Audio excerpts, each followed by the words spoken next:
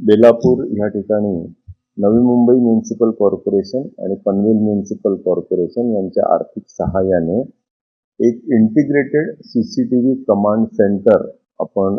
Police आयुक्तालयाच्या इथे एक मोठी इमारत उभी केलेली आहे। यामध्ये नवी मुंबई म्युनिसिपल कॉर्पोरेशनचे जवळजवळ 1400 कॅमेरे, पनवेल म्युनिसिपल कॉर्पोरेशनचे 1500 कॅमेरे,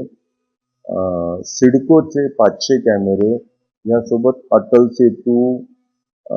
येथील सीसीटीव्ही कॅमेरे, तळोजा MIDC, APMC मार्केट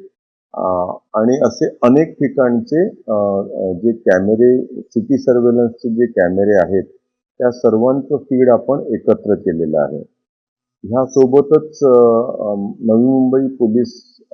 यांच्याकडे जे बॉडी वोर्न कॅमेरे आहेत, प्लस जे त्यांच्या पोलिसांच्या गाड्यांना जे डॅश कॅम्स लागलेले आहेत, प्लस प्रिझन व्हॅन्समध्ये कॅमेरे लावलेले आहेत, प्लस ड्रोन वर सुद्धा जे कॅमेरे आहेत, ह्या सर्वांचं फीड जे आहे हे संपूर्ण फीड या इंटिग्रेटेड सीसीटीव्ही कमांड सेंटरमध्ये आपण घेतलेलं आहे। हे सर्व फीड आपण एका प्लॅटफॉर्मवर घेऊन ह्याला आपण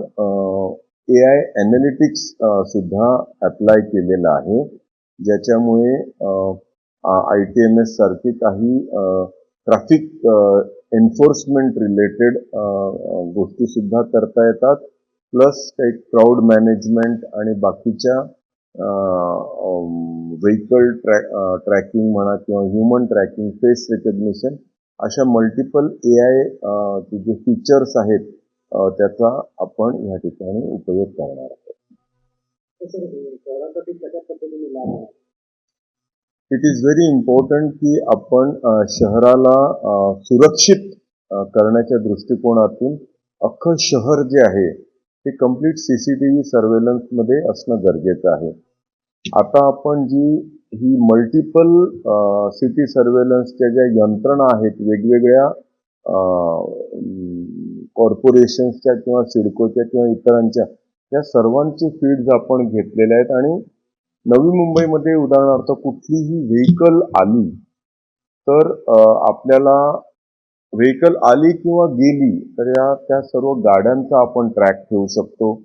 प्लस फेस रिकग्निशन सिस्टम आहे, काही वॉन्टेड अबस्कॉन्डिंग ॲक्टिव्ह काही असतील आहेत, काही अँटीसोशल एलिमेंट्स असतील तर त्यांच्यावर सुद्धा आपण नजर ठेवू शकतो।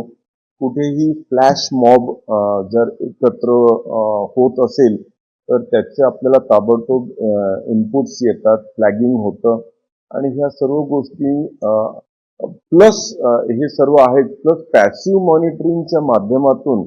आपल्याला कुठेही जर एखादा गुन्हा घडला तर त्या गुन्ह्याचा उकल करण्यासाठी ह्या सीसीटीव्ही फीड्सचा आपण वापर करू शकतो। तो ओव्हरऑल एक सिटीच्या सेफ्टी आणि सिक्युरिटीच्या दृष्टिकोनातून ही एक अत्यंत महत्वाकांक्षी योजना आहे।